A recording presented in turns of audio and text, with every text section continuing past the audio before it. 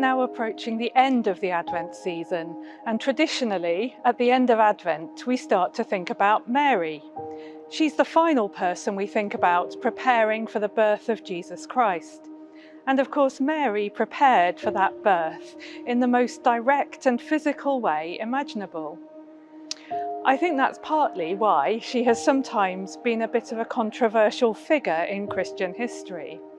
The thought of God taking a physical body, becoming one of us, sharing in all the joy and the pain and the delight and messiness of being an embodied human is utterly mind-boggling.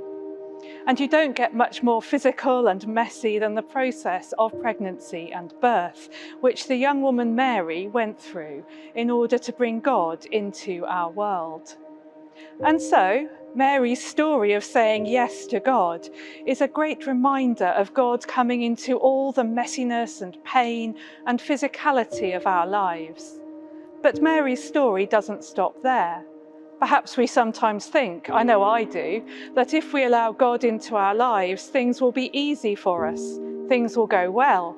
But for Mary, saying yes to God meant a long trek through a desert when heavily pregnant, giving birth in a dirty stable, becoming a refugee and fleeing to a distant country with a small child. And even in her later life, we have tantalizing hints that all was not easy or straightforward. Jesus, as an adult, once refused to see her and said his mother and family were his disciples, not his blood relatives. Difficult family dynamics. And of course, at the end, Mary stood at the foot of the cross and watched her son die. And finally, she experienced her son's resurrection and the birth of the church, and according to tradition, was a strong leader in that early church. And so, the lesson for me of Mary's preparation this Advent is, when we say yes to God coming into our lives, body and soul, we must be ready to be surprised.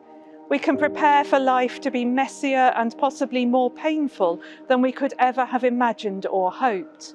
But it will also be more glorious now and in the world to come, as we welcome the God who through Mary took our flesh, our physical existence, and made it perfect and eternal in heaven.